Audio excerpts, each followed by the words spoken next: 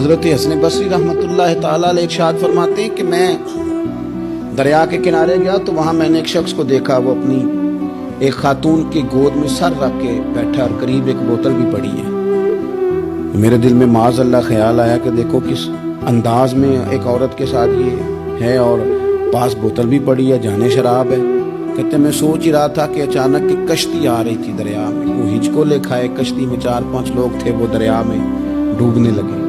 وہ آدمی تیزی سے اٹھا، دریا میں چھلانگ لگائی، پہلے ایک کو نکالا، پھر دوسرا نکالا، پھر تیسرا نکالا، ایک بندہ رہ گیا۔ کہنے لگا حضور مجھے تو آپ نے گناہگار سمجھا، میں تو بڑے غلط انداز میں جہاں بیٹھا ہوں، آپ نے جو سوچا چلیں گے چوتھا بندہ آپ نکالنا ہے، کرے نا یہ کام، کرے نا یہ کام۔ بڑے بھولے بھالے، بڑے اللہ والے، ریاض آپ کو بس ہم ہی جانتے ہیں، اتنی جلدی فتویٰ۔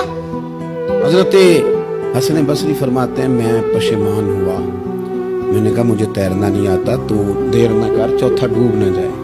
پھر اس نے چھلانگ لگائی، چوتھا بھی نکال لایا اور کہنے لگا حضرت آپ نے جلدی کی سوچنے میں، یہ بی بی میری ماں ہے اور یہ سرکے کی بوتل ہے۔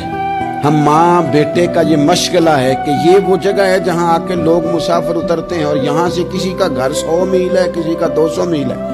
ہم صبح سرکہ، کھجوریں، روٹیاں لے کے یہاں آتے ہیں، مسافروں کی نوکری کرتے ہیں، کوئی پریشان ہو تو مدد کرتے ہیں۔ حضرت خواجہ حسن بصری فرماتے ہیں میں نے معافی مانگی، ان سے بھی مانگی، رب سے بھی مانگی۔ انہوں نے مانگ لی نا بزرگ تھے، پر ہم کو نہیں تیار مانگنے کو۔ ہم ہر وقت بدگمانیاں، وہ فلانا فلانے جرم کرتا تھا، میں اسے اب کیسے نیک مان لوں؟ بھئی اب وہ نمازی ہے، خدا کے گھر آتا جاتا ہے، اب اللہ کی بارگاہ میں حاضر ہوتا ہے۔ جب رب نے معاف کر دیا تو بھی سوچ بدل جا۔